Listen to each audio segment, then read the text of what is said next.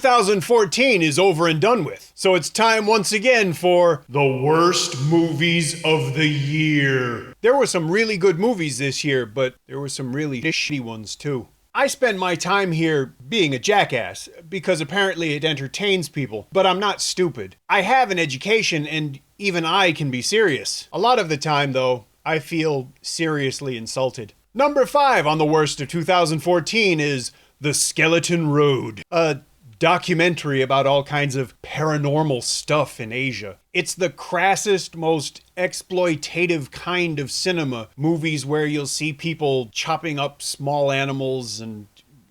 But you know, they're in pursuit of ghosts, so somehow it makes it okay. Actually, looking for ghosts doesn't make it okay to show us footage of corpses that have been in a river for 5 days. Trying to tell us about supernatural phenomena doesn't make it okay to pay Laotian women what I'm sure is a very small amount of money to portray a dead hooker. It rubs the Laotian on its skin, or it gets the hose again. I'm not even sure it would be okay if the movie wasn't such a runny turd. Master Sito isn't a spirit medium.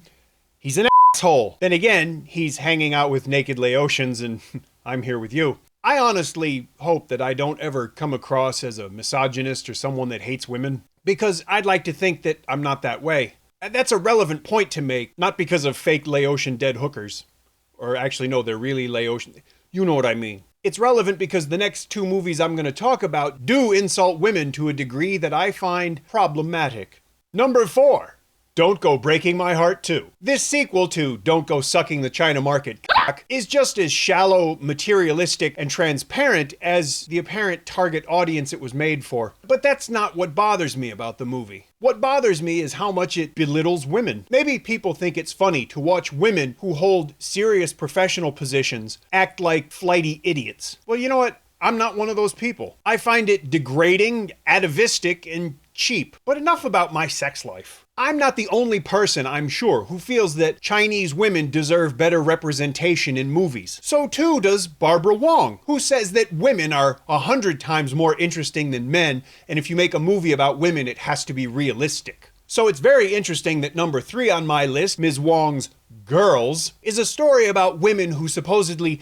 don't need anything but each other. The fact that they supposedly only need each other and don't need men is why it's so strange that their lives and the movie, and apparently their every waking moment, revolves around men. I was insulted and I don't even have ovaries. 2 hours of women acting like bratty children and men whose characters were obviously written by a woman were so tedious that I didn't know whether to laugh or cry.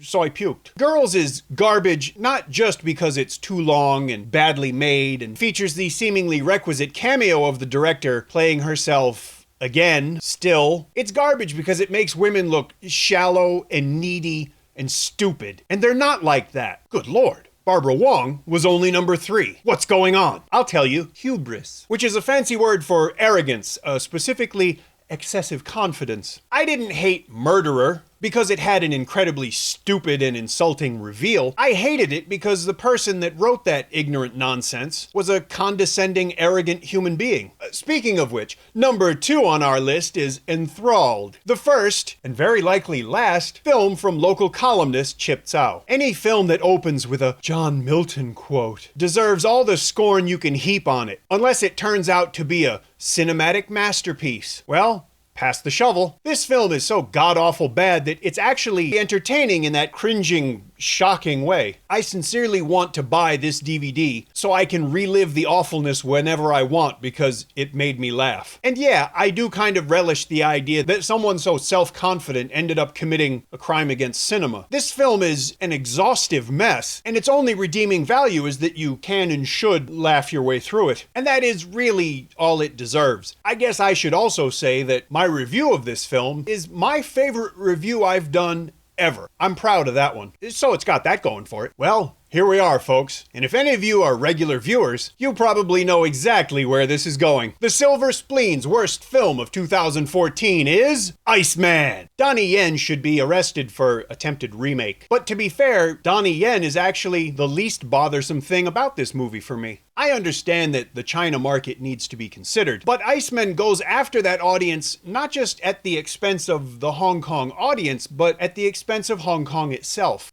Look, if I start talking about this movie too much, I'll just get mad all over again. So please, watch the review. But I will say this about it. The fact that my review has 130 likes and only 3 dislikes tells me that I might not be alone in my opinion. I'm surprised because whenever I criticize old Flex and Yen, I usually get a lot more dislikes. Not to mention the comments. I hope Donnie Yen beats you up. Yeah, he's so tough his dick has knuckles. Whatever. You know, the fact that they have yet to release the second half of Iceman kinda says a lot about the first half. Special shout out to Wilson Chin, who needs to thank all 5 of the directors mentioned here, because otherwise he'd have been in this video twice for Lan Kwai Fong 3 and Black Comedy. Thank you for watching, and please stay tuned for more of the 2014 Roundup. And remember, folks, this is just my opinion.